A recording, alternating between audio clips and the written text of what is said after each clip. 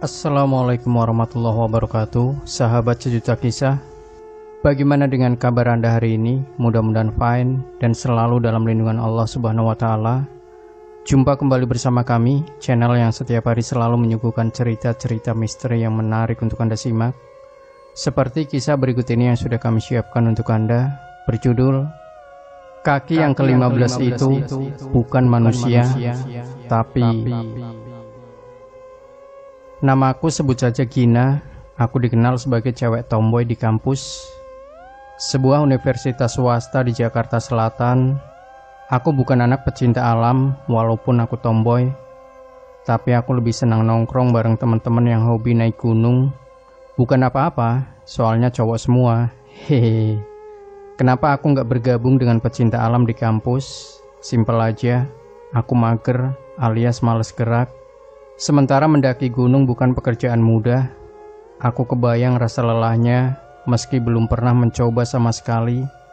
Sampai akhirnya salah satu dari mereka mengajak aku untuk ikutan camping di Gunung Gede Pangrango. Namanya sebut saja Eros, dia ketua pecinta alam. Sesekali ikutan camping lagiin, enak tahu, katanya. Ogah banget, capek bawa-bawa carrier, belum lagi nanjak-nanjak, aduh. Malasnya, kataku. Lah itu seninya. Udah nyoba aja dulu. Nanti pasti ketagihan. Aku janji, kalau kamu capek, nanti aku dorong ke atas. Hehe. Eros nyengir. Tawaran menarik. Aku bilang ke Eros untuk pikir-pikir dulu. Lagian aku juga kepo, seperti apa sih di gunung itu. Memang seringkali keindahannya terwujud dalam foto-foto teman-teman pecinta alam yang luar biasa. Memandangi matahari terbit sampai tenggelam, menyenangkan sekali. Belum lagi merasakan kesejukan mata air yang diceritakan sangat alami dan jernih. Mungkin memang ini saat yang tepat untuk belajar mendaki gunung. Apalagi jalur gede Pangrango melalui Cibodas lumayan ramai. Banyak pendaki pemula yang mencoba menaklukkan alam pertama kali di gunung ini. Jadi aku gak perlu merasa takut dengan berbagai hal yang konon identik dengan misteri semesta dan makhluk di dalamnya, termasuk yang tak kasat mata. Ah tenang, aku ber-15 orang ini, 14 laki dan aku cewek sendiri. Aku ngebayangin betapa dimanjanya nanti di sana. Oke, mulailah perjalanan yang luar biasa di hari bahagia, Sabtu 12 Oktober 2013. Dengan menyewa bis tanggung, kami menuju Gede Pangrango melalui jalur Cibodas. Jangan tanyakan lewat mana-mananya, aku benar-benar gak ingat. Lantaran selama di bis aku tidur. Bangun-bangun aku sudah sampai di Taman Nasional Gunung Gede Pangrango. Dan waktu menunjukkan persis jam 12.00 waktu Indonesia Barat. Di sana aku mampir dulu ke pos Mabes Jagawana untuk didata. Pendataan ini perlu agar bisa diketahui petugas SAR jika ada sesuatu hal yang tak diinginkan terjadi, entah kesasar atau kecelakaan saat mendaki Gede Pangrango. Kelar semua? Oke, pendakian dimulai. Sebelumnya tim mulai berdoa dulu dan berhitung. Kami dibagi menjadi 3 tim. Yang satu tim terdiri dari 5 orang, ada yang berjalan lebih dulu, di tengah dan di belakang. Mereka yang jalan duluan dan jalan belakangan adalah yang paling mengenali gunung ini. Waduh, baru sampai di pos yang namanya Batu Kupus. Tangan dan kakiku sudah gemeteran, capek banget coy. Padahal perjalanan untuk melihati puncak Pangrango masih sangat jauh. Tapi jujur, aku udah gak sanggup. Mana dingin banget. Aku bener-bener gak sanggup. Jam udah menunjukkan pukul 15.30 waktu Indonesia Barat. Artinya aku sudah berjalan selama 3,5 jam menanjak. Pantas pegel banget. Tapi ketua tim si Eros menyuruh kita semua melanjutkan perjalanan. Sebab pos itu belum layak untuk dijadikan tempat peristirahatan. Mending di pos pemandangan saja, enak dan lebih dekat dengan air panas, kata Eros. Tim mengangguk semua kecuali aku. Eros cuma senyum dan dia menarik tanganku. Ayo gendut, jangan malas. Mau sendirian di sini? Aku dorong badan kamu deh. Aku udah janji kan, katanya lagi. Aku cuma manyun. Lalu Eros menarik tanganku sekali lagi.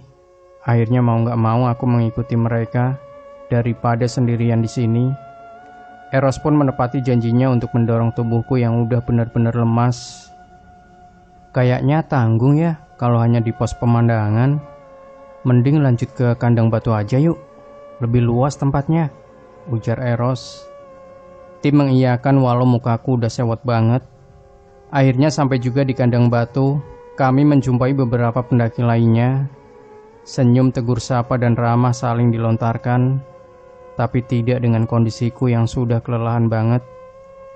Aku langsung tiduran di tanah bebatuan yang agak landai dengan tenggorokan mengering dan hawa dingin yang bikin bibir retak-retak.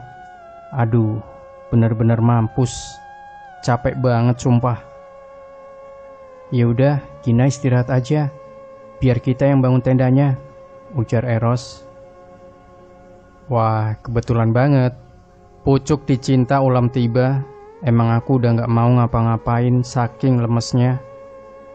Heran sungguh heran, yang lain biasa saja, gak tampak kelelahan dari wajah mereka.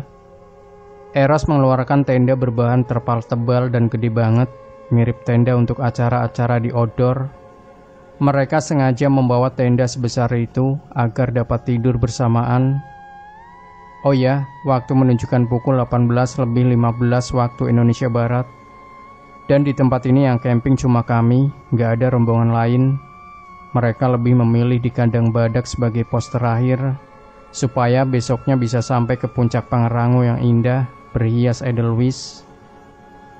Bodo amat lah, udah capek beneran. Kelar tenda didirikan, sleeping bag digelar, selimut yang berfungsi sebagai bantal langsung aku samber. Aku gak ngerti berapa lama aku tidur. Yang jelas, waktu sudah pukul 2 dini hari. Wow, lama juga aku tidur ya. Semua juga sudah lelap, hanya Eros yang masih terjaga sambil membaca buku biografi Sohokji yang amat disukainya. Belum tidur? Tanyaku. Eros menyunggingkan senyum sambil menggeleng. Lah, kamu sendiri kenapa malah bangun? Gak tidur lagi? Giliran aku yang menggeleng. Entah kenapa, hawa gede Pangrango jadi agak-agak mistis di sepertiga malam begini. Sunyi banget. Saking sunyinya, setiap suara kedengeran. Tak berapa lama Eros malah nguap. Perasaan tadi belum ngantuk. Kenapa mendadak ngantuk ya? Aku tidur duluan yakin.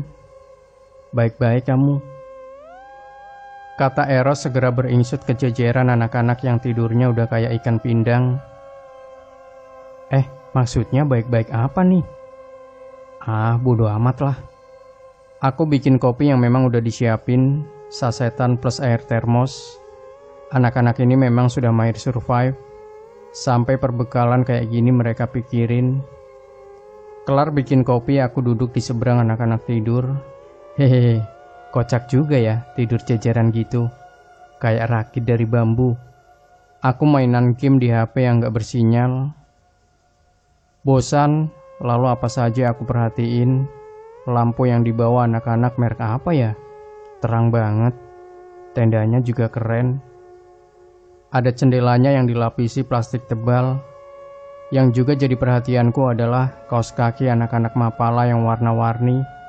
Ada yang gambar klub bola Manchester United hingga Hello Kitty. Aku pun saking gabutnya menghitung sepasang telapak kaki mereka. 1, 2, 3, 4, 5, 6, 7, 8, 9. Aku seruput kopi. 10, 11, 12, 13, 14, 15. Aman. Semua ada.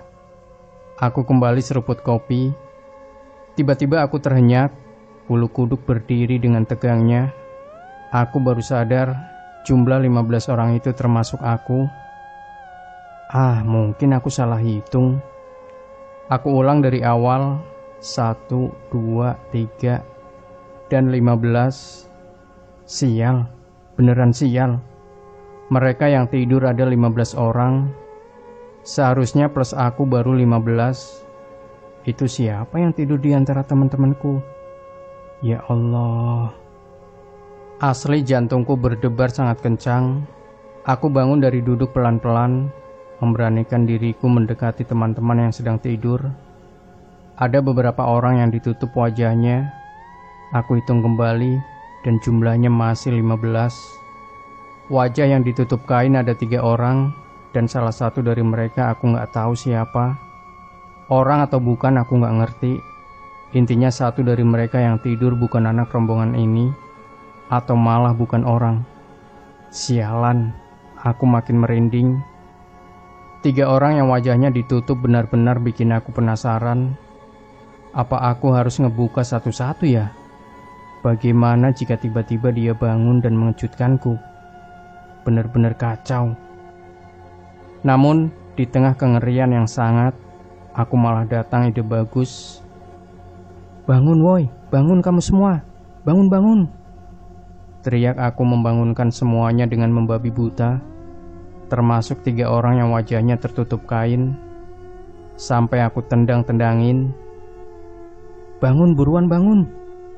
Salah satu dari kamu semua bukan manusia. Teriak aku memecah keheningan dini hari. Eros yang pertama terbangun dalam keadaan agak panik. Dia langsung mendekatiku. Kenapa kamu, Gin? Kamu gak apa-apa? Tanyanya. Yang lain beringsut bangun semua, sampai yang ditutup kain 3 orang pun ikut terbangun dan menyingkap kain mereka. Ternyata mereka bagian dari rombongan. Aku segera pegang tangan Eros.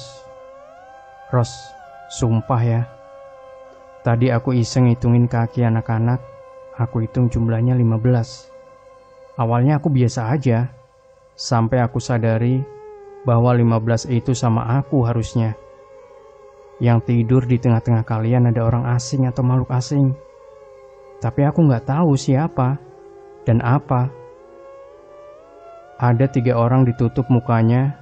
Awalnya aku curiga sama mereka, tapi aku nggak berani ngebuka penutupnya. Sekarang kebuka dan ternyata emang bagian dari tim. Terus siapa yang ke-15? Aku takut, Ros, kataku cepat. Eros hanya diam sambil memandang ke seluruh penjuru. Lalu dia senyum simpul. Gak apa-apa, Gin. Mungkin ada yang pengen kenalan sama kamu. Cuekin aja. Udah beda alam ini. Banyak doa aja dan hindari pikiran buruk, kata Eros. Aku cuma diam sebab rasa ketakutan ini hebat banget. Yaudah, kamu tidur aja. Samping aku biar gak takut. Tenang, aku gak bakal ngapa-ngapain. Yang penting kamu juga jaga pikiran kamu. Usahakan tidak berkata buruk, berpikiran buruk. Udah yuk tidur. Eros mulai menyuruh yang lain tidur merapikan kembali matras. Kalau tidur semua, barang-barang siapa yang jagain? Tanya aku. Gak usah takut, Gina. Para pendaki di sini meyakini bakal dapat karma kalau macam-macam atau mengambil yang bukan haknya. Kamu percaya aja sama aku deh. Aku udah ratusan kali kesini dan gak pernah kehilangan apapun. Insya Allah, kata Eros. Aku pun menuruti kata Eros. Aku tidur di sebelah kanan Eros persis. Sebelah kiriku ada si Wildan yang kini jadi wakil ketua anak pecinta alam. Aman lah ya. Bismillah. Semoga tidurku tenang. Waktu menunjukkan pukul 3:10 dini hari. Aku tidur dengan memiringkan badan ke arah kanan. Aku pandangin wajah Eros. Lucu juga nih anak. Bibirnya tipis untuk ukuran cowok. Alisnya tebal. Hidungnya gak terlalu mancung, tapi juga gak pesek. Yang bikin Eros menarik itu matanya. Kayak mata kucing dengan sudut mata mengarah ke atas. Kumis dan brewok tipis menambah ketampanan Eros.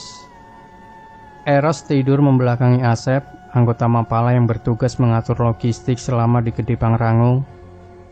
Lama-lama memandangi wajah Eros, pelan-pelan mataku kriyepan. Mataku agak sedikit membuka ketika aku lihat tangan Asep memeluk bagian perut Eros dari belakang. Lah elah, ada-ada aja si Asep kalau tidur. Pecicilan banget. Dan ketika mata mau setengah menutup, seketika aku langsung terbelalak menyaksikan tangan yang memeluk Eros beringsut ke arah dada. Itu bukan tangan Asep. Tangannya putih banget, pucat, dengan urat-urat yang terlihat tapi bukan menonjol. Seperti tangan perempuan. Ya, itu tangan perempuan. Kukunya panjang dengan ujung kuku berwarna kehitaman. Astagfirullah, itu tangan siapa? Mata aku gak mampu aku pejamkan lagi. Aku terus memandang ke tangan itu, lalu aku melihat ke wajah Eros. Tiba-tiba dari balik leher Eros muncul rambut yang amat panjang hingga menutupi muka Eros. Dan dari balik telinga Eros ada mata putih semua yang menatap aku sambil berkedip sekali. Bangsat, kuntilanak. Eros! Aku teriak sekenceng-kencengnya dan aku gerakan seluruh tubuhku meninju wajah Eros dan kakiku sampai menendang tubuh Wildan. Aku sampai menangis dan tubuhku melemas. Dengan sisa-sisa tenagaku, kukerahkan untuk membangunkan semua anak-anak. Kali ini tangisanku yang memecah pagi dini hari berhasil membuat semua orang kalut. Kenapa kamu, Gin? Kenapa? Tanya mereka hampir berbarengan. Pulang, aku mau pulang. Ayo pulang sekarang. Aku udah gak sanggup. Pulang, Ros. Pintaku sambil nangis. Semua tim terdiam melihat aku menangis. Ada Wildan yang langsung mengambil air putih. Minum dulu, Kin, biar tenang, katanya. Aku habiskan air putih sekali tenggak. Aku masih menangis. Eros pun gak tahan melihat aku bercucuran air mata. Dia memeluk aku erat banget. Aku tadi lihat. Belum kelar omongan, Eros sudah menyuruh aku berhenti. Gak usah diomongin, aku udah tahu, kata dia sambil terus memelukku. Ya udah, sekarang jangan ada yang tidur, bangun semua, jagain Gina. Nanti jam 5 kita kemas-kemas, kita balik, kata Eros memerintahkan yang lain. Syukur alhamdulillah gak ada yang menggerutu. Mungkin mereka biasa dengan situasi seperti ini. Jujur aku sendiri merasa gak enak. Tapi apa daya, aku udah gak mau lagi berada di tempat ini. Gak cocok buat orang penakut kayak aku. Semuanya beranjak membuat kopi dan bikin mie instan. Eros gak jauh-jauh dari aku. Aku akuin, walau pada nguap-nguap, tapi rasa setia kawan anak-anak pecinta alam ini patut diacungi jempol. Mereka gak ada yang mengejekku dengan sebutan penakut, nyusahin atau apalah. Beberapa malah menghibur aku yang lagi merasa ngeri. Matahari sudah mulai terlihat malu-malu di arah timur, menyembul dari keindahan Gede Pangrango di pagi hari. Dinginnya menembus 3 lapis baju yang aku kenakan. Tim sudah selesai berkemas-kemas, saatnya untuk balik ke Jakarta. Sebelum pulang, kami membaca doa kembali. Tim pertama jalan lebih dulu, diikuti tim tengah yang terdiri dari aku dan ada Eros di situ. Aku berjalan mengikuti langkah kaki Eros yang sudah terbiasa dengan jalur agak licin karena embun. Entah kenapa aku ingin menengok ke belakang di tempat kami berkemah semalam. Aku perhatikan jajaran pohon dan ketika tersadar, di sana ada sosok wanita berbaju abu-abu melambaikan tangan. Sial. Aku menengok ke depan lagi dan mempercepat langkah. Alhamdulillah, perjalanan pun lancar dan kami sampai kembali di Taman Nasional Gede Pangrango, tempat awal sebelum kami mendaki. Itulah pertama kalinya aku ketemu dengan makhluk tak kasat mata. Bahkan sampai detik ini, aku masih ingat sekali pandangan matanya. Peristiwa ini sekaligus menyadarkanku bahwa gunung memang tempat yang misterius di balik keindahan alamnya. Demikian sahabat Sejuta Kisah, jangan lupa berikan komentar Anda, like, share video ini, subscribe channel Sejuta Kisah, dan nantikan kembali cerita-cerita misteri terbaru dari kami.